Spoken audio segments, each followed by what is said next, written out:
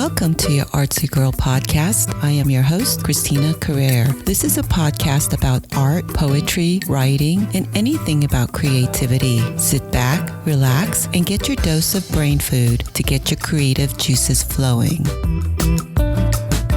Welcome to episode 35. Today's featured guest is Daniel García Ordaz, aka the Poet Mariachi. He is a Texas-based teacher and writer from McCallen, Texas. He is also an emerging voice in Mexican-American poetry. His works have been taught and written by academics across the U.S. and abroad. Garcia has an MFA in creative writing from the University of Texas, Rio Grande Valley. He is also a songwriter, former journalist, and a word maker-upper. Garcia appears in the documentary Altar, Cruzando Fronteras, Building Bridges. He is the founder of the Rio Grande Valley International Poetry Festival. Garcia served in the U.S. Navy as a hospital corpsman. His book titles include You Know What I'm Saying? And Cenzontle, Mockingbird, Songs of Empowerment, and its YA version. He's presently at work on a children's poetry manuscript. Garcia's work has appeared in several journals and anthologies. Everyone, please welcome my next featured guest, Daniel García Ordaz. Hi, Daniel. Welcome to the show. Hi, thank you so much for having me, Christina. Oh, you're welcome. I'm honored to have you on your Artsy Girl podcast. But before we talk about your work, I usually like to ask where you were born and where did you grow up? Yeah, sure. I was born in Houston, or as people from Houston say, Houston. Yeah, I grew up but I ended up growing up in South Texas in the Rio Grande Valley. So, like, I'm 10 miles from the Mexican border. And so the Rio Grande Valley down here, there's a Rio Grande Valley in New Mexico, one in El Paso, and we have ours way down here, the lower Rio Grande Valley. So. Okay. Yeah, I've never been out that way, so it's interesting to know kind of how you explained out what the whole Rio Grande Valley is like. That there's the upper, the lower, the middle. Yeah, I don't know much about the middle, but it exists out there, and it's just kind of, it's a winding river, and it's interesting because they're literally the river oxbows, and it twists and turns, and so there's a park on the Texas side, and if you go there, you can see people in Mexico north of you. You know, you can wave at them, you can swim over or whatever. So because the river winds that much as it approaches the mouth of the river. So it's just an interesting place. And I guess being, and I have tons of primos in Houston still, and so I visit sometimes. But I mean, I can't really claim it as mine.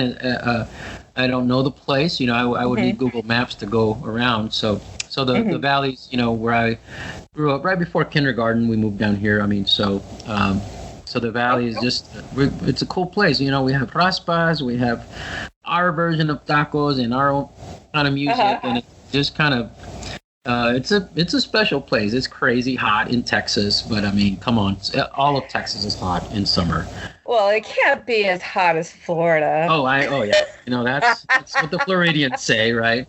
But I was in the Navy, and so I know 29 Palms out there in the Marine Corps base and stuff. I saw that. So I was going to ask you, like, where were you stationed at?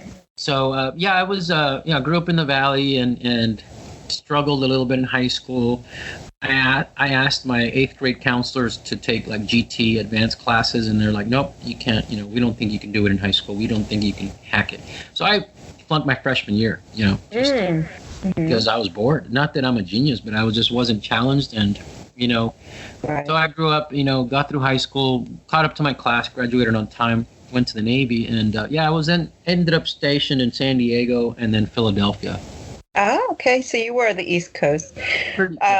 I was up in Connecticut, and they had the Groton Surveys there. So one of my best friends, she was in the Navy, and that's how. It sounds like a great base. Groton, what I've heard, it's they treat the Navy folks pretty well up there, and I was one of those guys that promised never to be in the reserves, but they kept bothering me, so I went ahead and signed up. So I ended up doing 12 years, and I was in Pensacola, a couple times, and a little bit everywhere, yeah.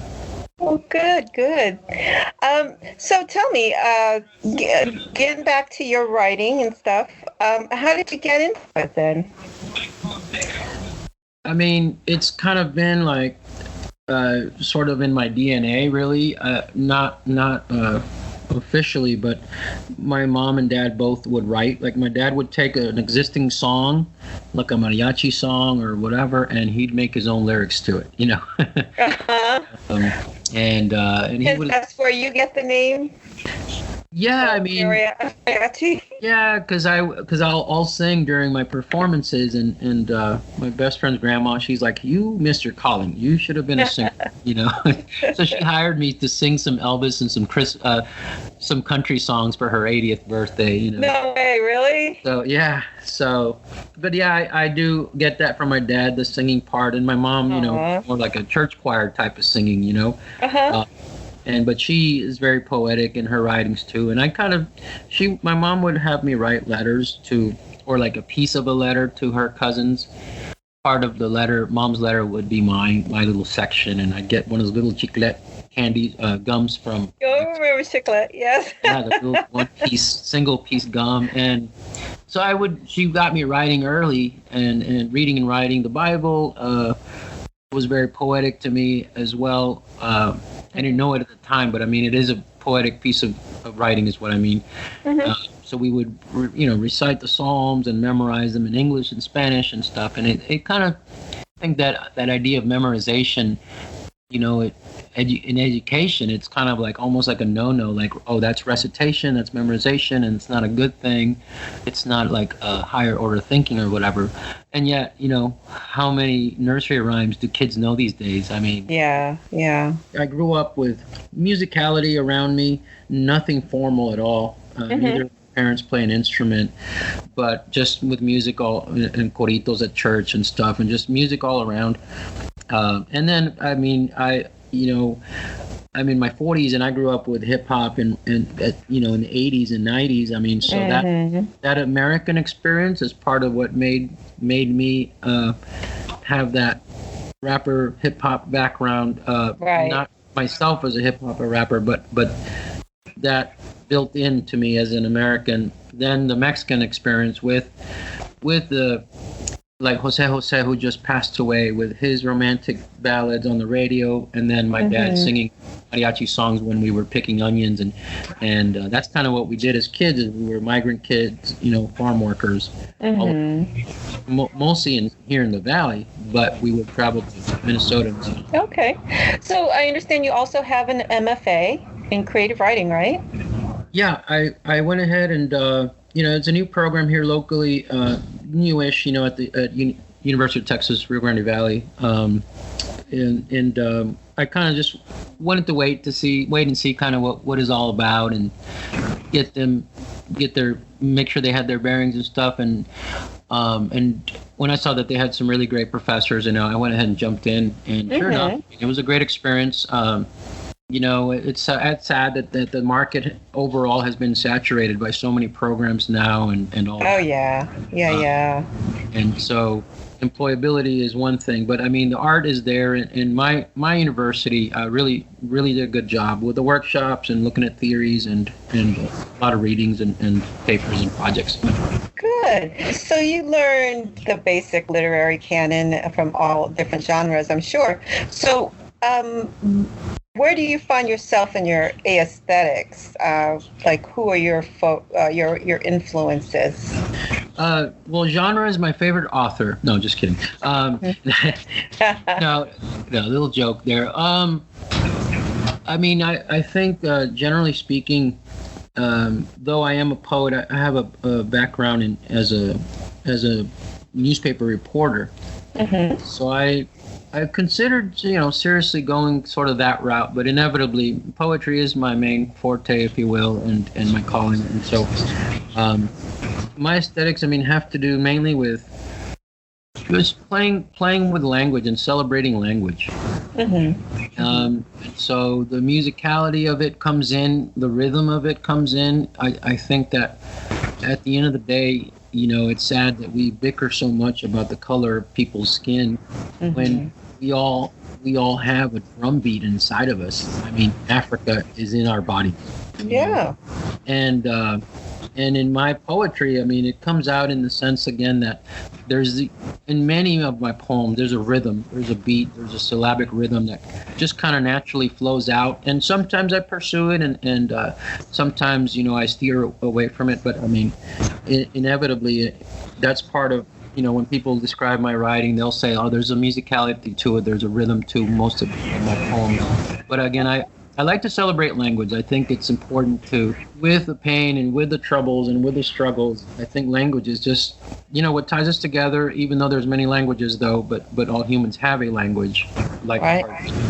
And so we all have rhythm, we all have something to say, and English is crazy. There's so many languages that make up English, and Spanish is romantic and fun. And so being from the border, part of my aesthetics is bringing those two languages together. Do you have a couple of poems you'd like to share with us to kind of give us an example? Yeah, that'd be great. Something maybe a little more formal, if you will. It's a villanelle in the French tradition. Yeah, and it's called Unforbidden Love, and it looks at famous lovers, Romeo and Juliet, the Apple of Discord, Paris and Helen of Troy, and so on, and Cinderella. And so you'll recognize even maybe Samson and Delilah from the Bible, and so on, Adam and Eve. So this is a villanelle, which includes a repetitive line. Unforbidden love. I never dreamed that I'd be kissing you. Star-crossed lovers often never meet. Alas, I know that's why our love was blue. The fates told Cupid I was overdue. I placed the golden apple at your feet. I never dreamed that I'd be kissing you. The bell struck 12. I never found my shoe. I stared at stairs and my heart lost the beat. Alas, I know that's why our love was blue. Love at first bite did change my point of view. True love's first taste, they say, is bloody sweet. I never dreamed that I'd be kissing you. In paradise our love was bare and true. You let me taste your fruit that brought the heat. Alas, I know that's why our love was blue. My tresses locked the secret that I kept. Your loving beauty cut them as I slept. I never dreamed that I'd be kissing you. Alas, I know that's why our love was blue. So that's more, like I said, more formal. And then, now here's a bilingual piece, and you'll recognize this song, if you will. So it's called Cafecito. It's a parody of Despacito. Okay. So I'll do a piece of it. Let's see. I'll try to jump in here.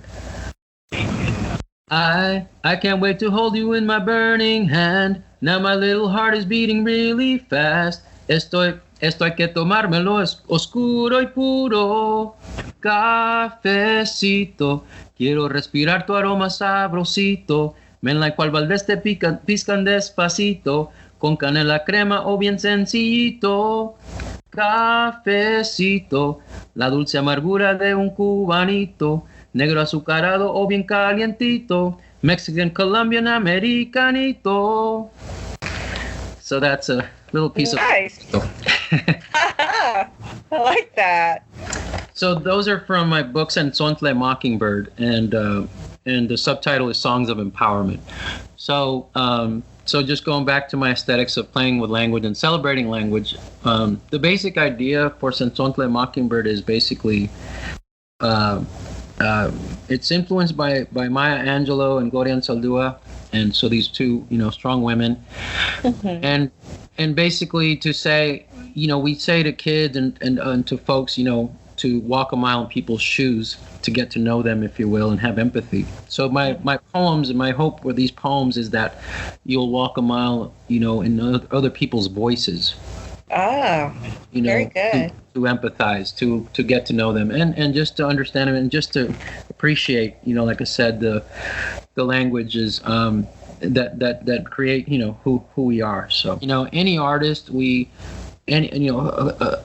kid learning to cook from his grandma, right. A painter, a dancer, first you imitate. So the first poem in this book, in the collection, is called Cenzontle, and it's my ode, if you will, to Maya Angelou. and again, my aesthetics are, if I may, from the Black experience as an American, growing up with hip hop and rap, and reading Langston Hughes and Maya Angelou and so on as a high school kid, and just throughout since then. Then also as a Mexican American, the barrio side, So, but this poem, if I may, Cenzontle, the poem is like I said, for Maya Angelou, and so I preface it with a quote from Harper Lee from To Kill a Mockingbird. So that's your latest book is called what again? I'm sorry? Yeah, it's called Cenzontle Mockingbird, Songs of Empowerment. Okay. So what are your current projects and future goals? Well, I have the adult version, if you will, the college version of Cenzontle Mockingbird, and it was part of my MFA thesis. But then I have a young adult version with discussion questions and for classrooms and book clubs, with some of it like a little cleaner language, just because of my own preference, Right. Because there's some hard-hitting stuff, for maybe like one or two poems that's in the adult version that's not in the YA. But my next project is Read Until You Bleed, and it's for children. Children's Okay. All right. So can you tell us a little bit more about that? It sounds interesting. Yeah. I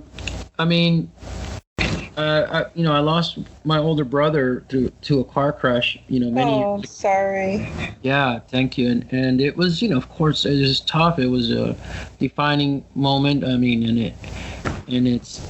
He was the oldest brother and so on, and it just left us, empty that way. And my response, naturally, God planted in my heart. I started writing funny children's poems.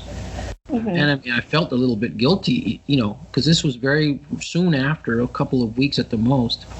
And I think that was just part of God healing me, through the moment. And I kept them sort of not enough of a collection, if you will, until very, very recently. Occasionally I would make copies for my nieces and nephews and stuff like that. But it wasn't enough to kind of put out there. So then I kind of went back to them. Over the years, I've gone back to it, and I was watching a documentary about Mr. Rogers, Mr. Rogers' Neighborhood, and how he was just so like real with those kids in the face of national disasters, or I should say, like crises, like race riots and things like that. He would talk about those things, tough stuff, in his shows.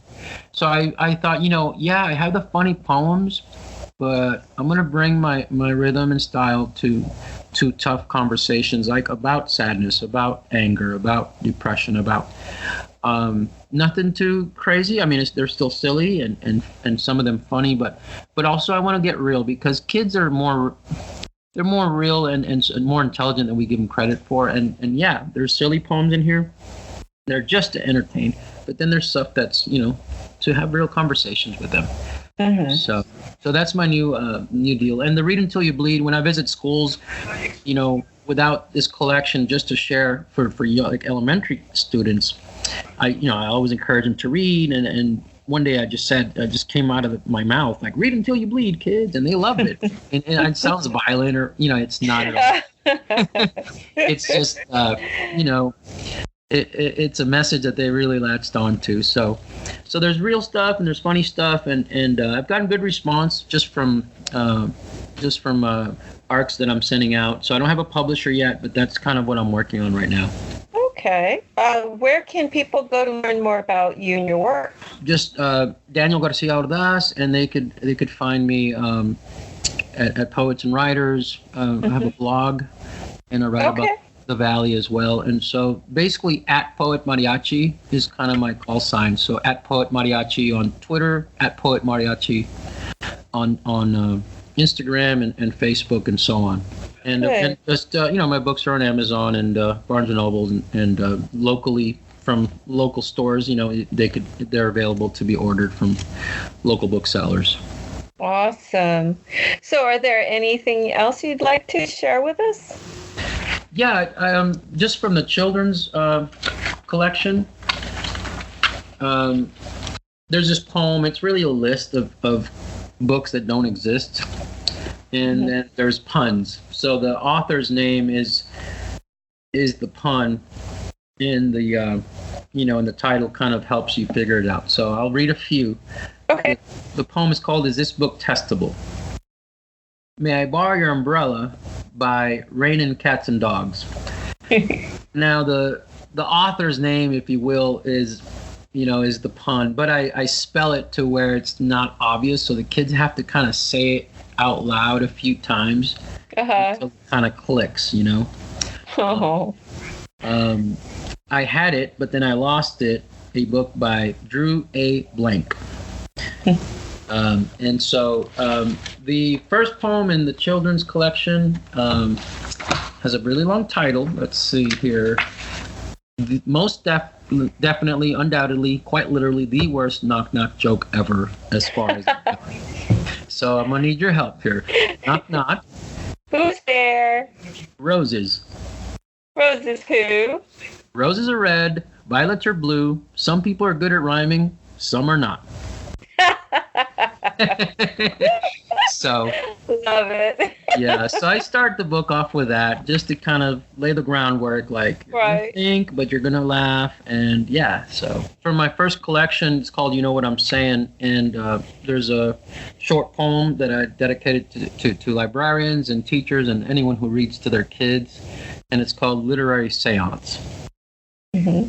You don't have to die to speak with the dead. Read instead. I've sometimes been called by publishers or editors, and they'll say, "Hey, we need this poem, about this topic," and I'm not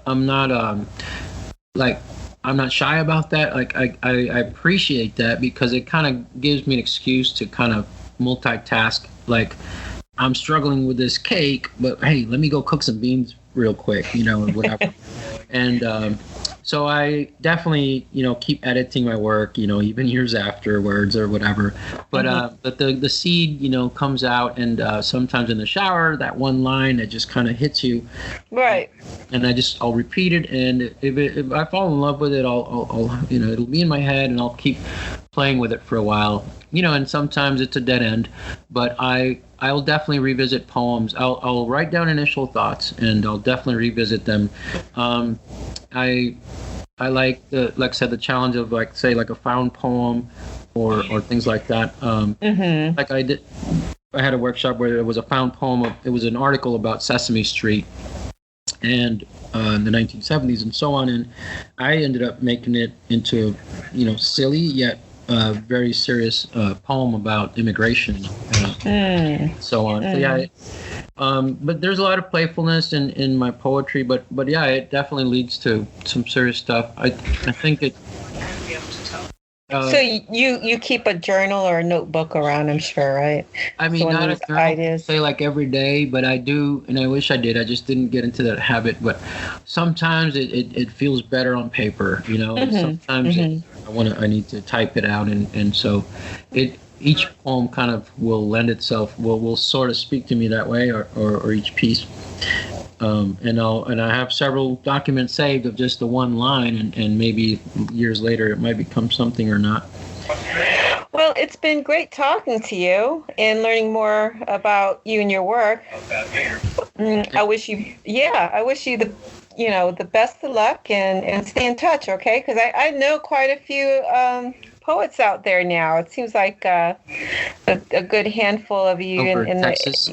Yes. Yeah. Yes. So, and I think like folks have mentioned, like I'll definitely be at AWP as well this year. So I'm hoping to, make connections, and look forward to Yeah, where is that? It's in Texas, right? Houston. Yeah, in San Antonio this year. San Antonio. Yeah. I gotta make it out there. For perspective, it's 4 hours north of us, so it's not South Texas. Like, it's way up there. But up there. But yeah, that'd be great to to connect with other folks. And thank you so much for what you're doing with this great podcast. Sure. Well, thank you. Well, thank you for coming. And like I said, I wish you the best of luck, and hopefully I get to meet quite a bit of folks now if I get to go to AWP, because I think that would be the best best place to meet everyone that's been on the podcast. In fact, maybe that's what I'll try to arrange, is maybe like a little get together or reunion or something like that, huh? Yeah, that'd be neat. That would be neat, wouldn't it? And just a quick shout out, if I may, to my poetry festival that I founded with my friend Brendan Nels Riojas, so Rio Grande Valley International Poetry Festival. And when is that? All over. It's in April, last weekend of April every year. It'll be our 13th year. Yeah, and so we have poetry accepted from all over the world. And sometimes, if it's safe enough, we have readings in literally in Mexico and in the U.S. at the same time. So, and Edward Villalta has been running it the last couple of years. So. Okay. Yeah, so it's a group of you guys over there. Yeah, we try to help each other out. I mean, writing is an individual sport, but then it's good to have a team to back you up, Well, thank you again. We'll keep in touch. Bueno, muchísimas gracias. Thanks so much. Thank you. Well, everyone, that is it for now. Please tune in next week for my next featured guest. In the meantime, have a productive and creative week. Bye, Daniel. Bye-bye.